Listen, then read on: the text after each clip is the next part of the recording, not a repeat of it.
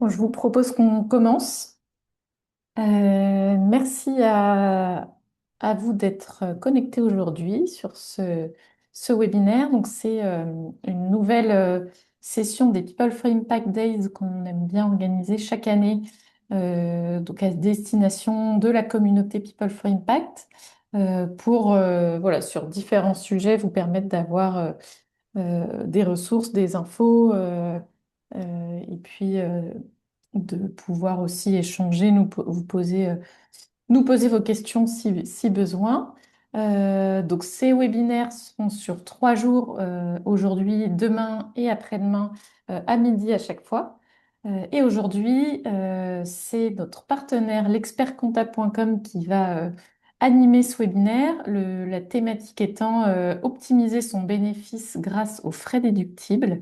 Donc je vais laisser la main à Mélodie et puis bon, l'équipe People for Impact est là aussi. Je suis accompagnée de Céline et Alix également. Donc, on est ravis d'être avec vous aujourd'hui et je laisse la main à Mélodie.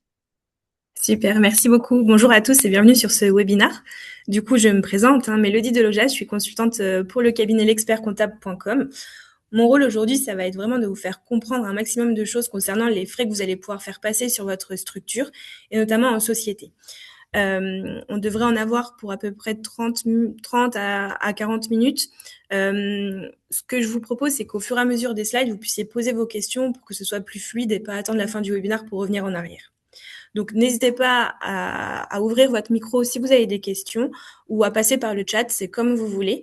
Et je me ferai un plaisir de répondre à toutes vos questions. Alors, c'est parti. Donc, avant de commencer, vous pouvez scanner ce QR code si vous voulez recevoir la présentation. Sinon, je l'enverrai à nos interlocutrices de People for Impact pour qu'ils puissent vous envoyer ces slides. Alors, qu'est-ce que c'est que l'expertcomptable.com? On va commencer par ça. C'est un cabinet comptable 100% en ligne, inscrit à l'ordre des experts comptables. Donc, on est aussi réglementé qu'un cabinet physique. Et notre particularité, c'est surtout qu'on est orienté vers les prestataires de services intellectuels comme vous, les consultants, les formateurs, les coachs, tous ceux qui font travailler leur matière grise pour développer des entreprises, pour aider des entreprises aussi à se développer. On a une offre qui est assez claire, on utilise des outils très intuitifs, notamment par l'intermédiaire de Time. Je ne sais pas si si l'un de vous connaît ce logiciel. Et il faut savoir que chez nous, vous avez un binôme dédié, donc vous avez un comptable pour tous les aspects techniques et vous avez un consultant comme moi-même pour tout l'aspect juridique, ce qui est possible, ce qui n'est pas possible de faire, etc. Au sommaire, donc, on va déjà quand même détailler ce que c'est qu'une charge déductible. Il y a beaucoup de personnes qui nous demandent si on peut passer ça ou ça sur la structure. Il faut déjà savoir en quoi ça peut être intéressant de le faire et pourquoi il est possible de le faire. Ensuite, on va passer beaucoup plus de temps sur toutes les différentes charges qu'on a l'habitude de voir chez nos consultants. Donc, c'est là où ce sera le plus intéressant pour vous. Et au dernier point, on va parler des frais mixtes, donc tout ce qui va être lié à votre habitation, si vous faites du télétravail, etc. Donc, une charge déductible, un frais déductible, c'est quoi? C'est une dépense qui va passer sur votre société et qui doit répondre à 3 questions. Est-ce que cette dépense que vous avez envie de faire passer, elle est dans l'intérêt de votre entreprise? Est-ce qu'elle est liée à votre activité pro? Et surtout, est-ce qu'elle est justifiable auprès de l'administration fiscale? Si vous arrivez à me dire que cette dépense-là, elle répond à ces 3 questions-là, en général, c'est une dépense déductible sur votre société. Quand on parle de déductibilité, ça peut être au niveau de la TVA et au niveau de l'impôt sur la société que vous allez payer sur votre structure. Ok, j'espère que c'est clair pour tout le monde par rapport à ça. Si ce n'est pas clair, n'hésitez pas à poser la question.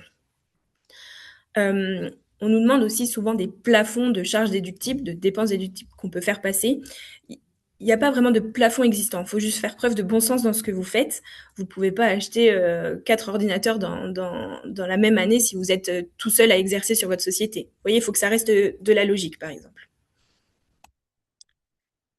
Donc là, on va rentrer dans le vif du sujet. Est-ce que pour l'instant, c'est clair? Je vois pas de... Ah si, j'ai une Oui. question, pardon. Alors, j'arrive pas à la voir entièrement. Comment je fais? Je peux te la lire.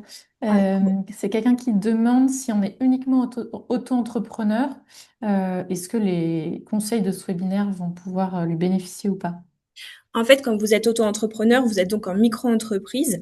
En micro-entreprise, jusqu'à atteindre un certain seuil de chiffre d'affaires qui est de 37 700 euros, vous n'avez pas de TVA à déclarer.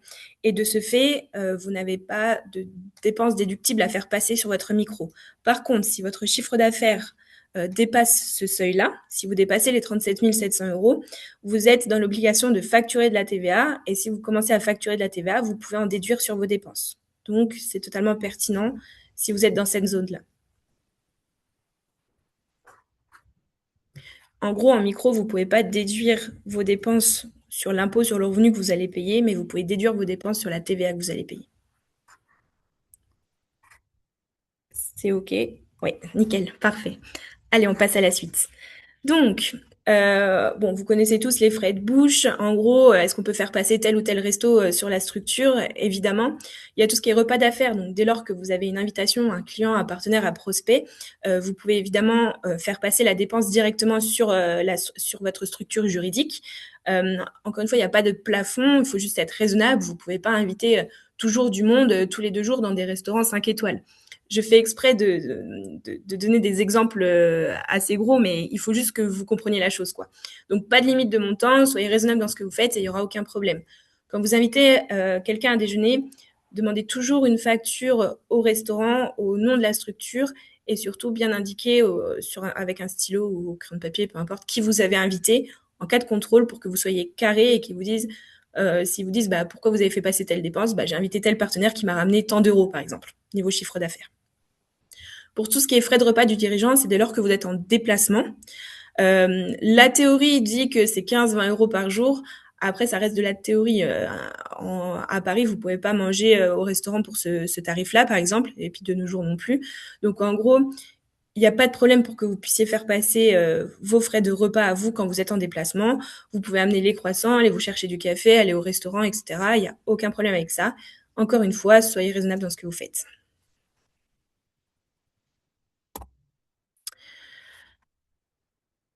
Je regarde en même temps parce que j'ai pas de notification. Je te laisse me dire dès que j'ai Oui, des oui, je questions. te Ok. dirai, hein. Oui, oui. Nickel. Ensuite, tout ce qui est frais de déplacement. Donc, dès lors que vous allez vous déplacer pour aller à une mission, un événement professionnel ou même prospecter, vous allez pouvoir faire passer tout ce qui est frais de transport en commun. Si vous avez un abonnement à un pass Navigo ou même un abonnement SNCF, ça passe à 100% sur la structure juridique. Si vous avez besoin de payer des péages, des parkings, uniquement à titre pro, hein, vous ne pouvez pas faire passer le parking que vous payez aujourd'hui à titre perso pour mettre votre véhicule dans votre résidence principale, ça c'est pas possible. Et tout ce qui est frais d'hébergement, donc les frais d'hébergement, c'est dès lors que vous avez une mission assez loin qui ne vous permet pas de faire un aller-retour la même journée. Au niveau du véhicule, il y a plusieurs cas possibles, c'est-à-dire que si vous n'utilisez pas les transports en commun et que vous êtes plutôt sur votre véhicule personnel, attention, vous ne pouvez pas faire passer le carburant, l'entretien, les réparations ou même l'assurance auto sur la structure juridique. D'accord? Il faut faire passer des indemnités kilométriques. Tant que le véhicule n'appartient pas officiellement à votre structure juridique, à votre société, vous ne pouvez pas faire passer ce genre de dépenses. Ce sera uniquement des indemnités kilométriques. Et ça, c'est hyper intéressant parce qu'en gros, vous déclarez avoir fait tant de kilomètres. En fonction de votre véhicule, il y a un barème impôt.gouv qui va vous permettre de transformer ces kilomètres en euros. Et ce montant en euros va vous être versé d'un simple virement du compte pro vers le compte perso. Et ce montant, il n'est ni soumis à charges sociales à payer à l'URSSAF, ni soumis à impôt sur le revenu, et ni soumis à impôt sur la société. Donc c'est hyper intéressant. Il n'est pas taxable, quoi. Vous pouvez aussi acheter un véhicule sur la société, mais dans ce cas, on va en rediscuter un peu plus tard, ou même le louer. D'accord? Donc ça va arriver dans les prochaines slides. On a une question, Mélodie. Est-ce qu'on peut financer une partie de LLD? Ah bah justement, on va y arriver. Donc là, on parle achat de véhicule et juste après location. D'accord? Alors, l'achat de véhicule. Donc, le prix d'achat, il va être déductible au prix, toute taxe comprise. Donc, on va pas supprimer la TVA que vous allez payer dessus. Pour un véhicule de tourisme. Un véhicule de tourisme, c'est dès lors qu'il y aura 5 places assises. OK? La charge va s'étaler sur 5 ans. C'est-à-dire qu'en comptabilité, quand vous achetez un bien important, la dépense va passer d'un coup sur votre compte pro, mais par contre, comptablement parlant, fictivement parlant, elle va être déductible sur 5 ans. Si par exemple, je vais prendre un montant assez simple, vous achetez quelque chose à 1 500 euros, ces 1 500 euros, si on parle d'un ordinateur, vont être étalés sur 3 ans. La première année, ce sera déductible à hauteur de 500 euros, la deuxième année à hauteur de 500 euros, la troisième année à hauteur de 500 euros. Voilà. Ça s'appelle la déductibilité. L'immobilisation, pardon. Le montant maximum de déduction va être fait en fonction aussi de l'émission de CO2 du véhicule. Donc là, il y a des calculs qui sont bien précis à faire, il y a des simulations bien précises à faire, mais en fonction de tel véhicule et en fonction de son émission de CO2, vous ne pourrez pas déduire l'entièreté du prix d'achat. Une fois que le véhicule appartient à la société, donc là, oui, vous pourrez faire passer le carburant, l'assurance, l'entretien, etc., sur la base de vos frais réels engagés. Ça, c'est important. Il faut juste faire attention, ça devient de moins en moins intéressant d'acheter un véhicule sur une société parce que vous allez subir une taxe sur les véhicules de société. Et celle-ci tend à évoluer considérablement. Aujourd'hui, elle atteint vite les 2 000 euros de TVS. D'accord, la TVS. Donc, il faut faire attention à ça, la taxe sur les véhicules de société. En comptabilité, on va estimer que ce véhicule que vous avez acheté sur la société va être utilisé à titre personnel également, les week-ends, le samedi et le dimanche. De ce fait, au moment du bilan, une fois dans l'année, on va aller récupérer tous les frais réels que vous avez engagés concernant le véhicule et on va sortir un certain montant en avantage en nature. En gros, on va sortir approximativement 2/7 du total de vos frais réels engagés et on va considérer ça comme un avantage en nature qui va être soumis à charges sociales et impôts sur le revenu. Pourquoi 2/7? Parce que 2 jours sur 7, le samedi et dimanche, ce sera utilisé à titre perso. Donc, c'est un avantage en nature qui devra être déclaré à l'État et sur lequel vous allez payer des taxes, charges sociales et impôts sur le revenu. Comme une fiche de salaire, en fait. Pour la location d'un véhicule. Donc, si vous louez un véhicule ponctuel juste pour une mission, il faut que cette location soit inférieure à 29 jours consécutifs pour éviter de payer cette fameuse taxe sur les véhicules de société qui devient exorbitante. Ok. On déduit la totalité de la facture, toujours en TTC, donc toute taxe comprise. Mais voilà, retenez bien qu'il faut une location de moins de 29 jours consécutifs pour éviter une taxe supplémentaire. Ensuite, on m'a posé la question sur les locations longue durée. Les loyers vont être déductibles dans la limite, encore une fois, du barème d'émissions de CO2. Je ne l'ai pas là, mais vous pouvez le retrouver directement sur impôts.gouv ou directement sur l'URSSAF. Mais en fonction de l'émission de CO2 de votre véhicule, il y a un certain loyer qui pourra être déductible, mais pas dans son entièreté. Sauf si c'est un véhicule 100% électrique, il me semble. Et quand vous louez, évidemment, vous pouvez faire passer carburant, entretien, réparation sur la structure et on oublie tout ce qui est indemnité kilométrique. Les indemnités kilométriques permettent uniquement de vous reverser une somme pour l'utilisation de votre véhicule personnel. Quand vous faites un achat ou une location de véhicule directement par la société, c'est tout ce qui est carburant, etc., que vous faites passer vos frais réels sur la structure. Voilà pour les véhicules. Tout ce qui est frais liés aux locaux. Donc, dès lors que vous créez une structure juridique, il faut lui donner un siège social, une adresse, d'accord? Donc, cette adresse, vous l'avez mise soit chez vous, donc on en reparlera juste après dans les charges mixtes, ce qui fait que la société pourra vous reverser une quote-part de votre loyer, une quote-part de vos charges, etc. On va en reparler juste après. Ou alors, vous pouvez domicilier votre société auprès d'une société de domiciliation pour avoir une adresse fiscale, quoi, juste une boîte aux lettres. Et donc, ces frais de domiciliation, ils sont totalement déductibles de votre structure. Ce n'est pas à payer de votre poche personnelle, c'est votre société qui doit le payer. Vous pouvez louer un local ponctuellement ou même en tout temps. Ça passe directement sur la société. Ou alors louer un espace de coworking. Si vous avez besoin de recevoir des clients ou même des prospects, vous pouvez ponctuellement louer des espaces de coworking qui sont plutôt très bien aménagés. Pour les frais de communication, donc pour vous faire connaître, vous allez en engager certainement. Tout ce qui est publicité online ou offline, ça rentre. Tout ce qui est site internet, la création, la maintenance, l'hébergement, c'est des frais totalement déductibles de votre structure.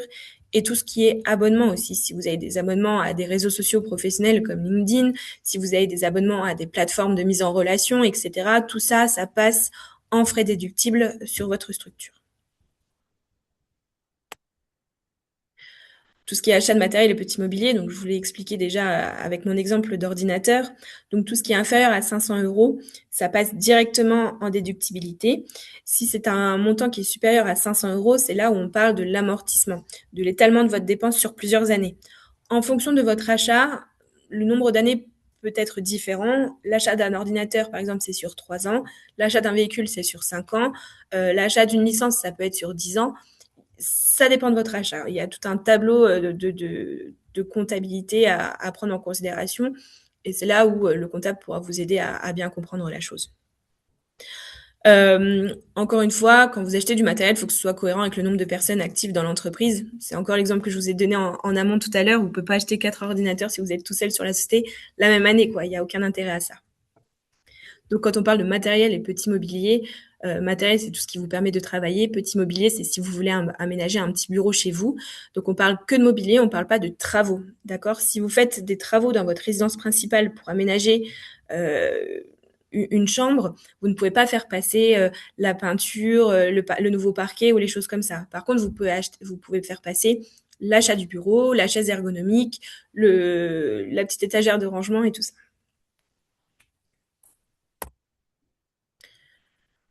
Certains ont l'habitude de faire des cadeaux clients en fin d'année ou même pour remercier d'une nouvelle mission. Les cadeaux clients passent sur la société. Il faut encore une fois que vous soyez raisonnable. Vous ne pouvez pas acheter de cadeaux de luxe. Vous pouvez faire livrer des fleurs, acheter des places pour un match, les inviter à déjeuner, offrir une bouteille de champagne ou des chocolats en fin d'année. Il n'y a aucun problème avec ça. Par contre, c'est très regardé en cas de contrôle, donc n'abusez pas là-dessus. Les frais de formation, si vous avez besoin de faire des formations pour vous-même afin de développer vos compétences dans le cadre du développement de votre business, évidemment, vos frais de formation passent à 100% sur la structure juridique. Si par exemple, vous utilisez aussi une part de votre CPF et que le CPF n'est pas suffisant, la société peut venir en complément pour payer l'intégralité de la formation. Vous me dites si j'y vais trop vite, hein. Ça a l'air d'aller. Ok. Vous avez les CESU préfinancés. Les CESU, c'est quoi? C'est des chèques emploi-service qui vous permettent de régler tout ce qui est les personnes qui acceptent ce genre de paiement. Donc en général, c'est plutôt l'aide à la personne. Femme de ménage, nounou, crèche, jardinier, aide à domicile. Ces personnes-là acceptent les paiements par chèque CESU. Et en fait, en société, le dirigeant peut faire passer jusque 2 540 € par année civile de chèques CESU. Donc en gros, votre société vous achète les chèques CESU que vous allez dépenser à titre perso pour régler toutes les personnes dont vous avez besoin en fait. Et le petit plus, c'est que ça apporte un crédit d'impôt sur la société à hauteur de 25%. Donc ça peut être assez intéressant pour les personnes voilà, qui ont une famille, qui ont des enfants à la crèche, qui ont un terrain à s'occuper alors que ils ont plein de missions à côté. Vous faites intervenir des prestataires et vous les payez en CESU. Je vais peut-être en décevoir plus d'un, mais tout ce qui est frais de représentation. Donc, vous ne pouvez pas acheter votre costard sur la société, vous ne pouvez pas faire passer votre coiffeur, votre manicure ou votre barbier. Ça ne passe pas, en aucun cas. D'accord? Les seules choses qui peuvent être déductibles, c'est les EPI, les équipements de protection individuelle, quand vous devez intervenir dans une usine, par exemple. Ou alors, dès lors que vous avez quelque chose de floqué sur votre chemise ou votre polo, avec à l'effigie de votre société, ça passe plutôt dans les frais de communication. Donc, ça rentre dans des choses déductibles, en fait. Mais vous ne pouvez pas acheter vos vêtements professionnels, vous ne pouvez pas, encore une fois, faire vos soins sur la société, quoi. On passe aux frais mixtes. Donc, c'est la dernière partie de ce webinaire. Les frais mixtes, c'est quoi? En fait, c'est tout ce qui va être lié à l'usage de vos biens personnels dans le cadre du professionnel. Donc, on l'a déjà évoqué, l'utilisation du véhicule personnel. Vous pouvez en effet tenir un journal d'indemnité kilométrique, ce qui vous permettra une fois par mois de vous faire une note de frais en fonction des kilomètres effectués pour que la société puisse vous rembourser une compensation financière. d'accord, pour l'usage de votre véhicule personnel. Au niveau de l'habitation, beaucoup de personnes font du télétravail. De ce fait, quand vous êtes indépendant, votre société peut vous reverser une quote-part de votre loyer ou de la valeur locative de votre bien si vous êtes propriétaire. Cette quote-part, elle va être définie en fonction de la surface pro que vous allez déclarer. Cette surface pro, elle est encadrée par l'État. D'accord? Donc, vous ne pouvez pas mettre n'importe quoi. Le minimum défini par l'État, c'est un bureau de 9 mètres carrés. L'idée, c'est de déclarer une surface pro inférieure à 30% de la surface totale de votre habitation. Quand vous avez ça, vous avez un certain pourcentage que la société peut vous reverser.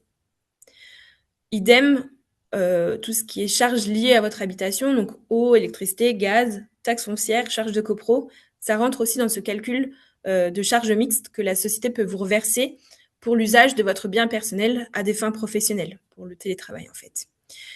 Il faut juste faire attention à une chose, c'est que si vous reversez une quote-part de votre loyer par la société, c'est comme si vous faisiez une sous-location.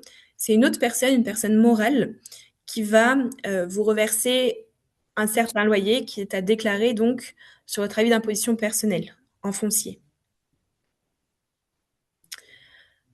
Voilà pour l'habitation. Et pour le... Alors, une question pas très en lien avec l'habitation, mais c'est les abonnements de presse peuvent-ils être déductibles? Oui, bien sûr. Et une autre question, si propriétaire d'une maison, comment calculer un loyer? Oui, c'est ça. Donc, c'est la valeur locative, en fait, qu'il faut prendre en considération si vous êtes propriétaire.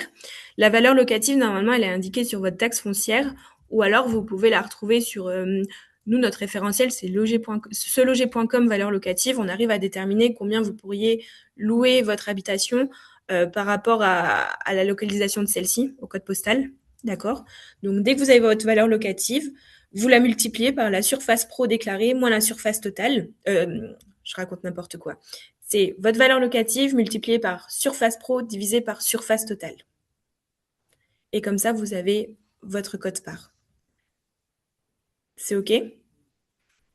Oui. Nouvelle question, si on achète du matériel de seconde main et qu'il n'y a pas de facture à proprement parler, comment faire? Eh ben, il faut une facture. Il faut au moins une attestation ou quelque chose de la personne qui vous a vendu la chose de seconde main. Mais le problème, c'est que si c'est un particulier qui vous vend cette chose de seconde main, il n'a pas le droit de vous faire de facture. Donc, c'est pas le but en fait de faire ça. Il faut acheter sur facture quand vous êtes en société parce que tout doit être justifié. Désolée pour cette réponse qui doit pas trop plaire, mais c'est comme ça. Merci. Euh, je reviens à cette slide pour le forfait mobile et Internet. En gros, vous pouvez faire passer 80% de votre forfait sur la structure. La structure peut vous rembourser 80% de ce que vous payez actuellement.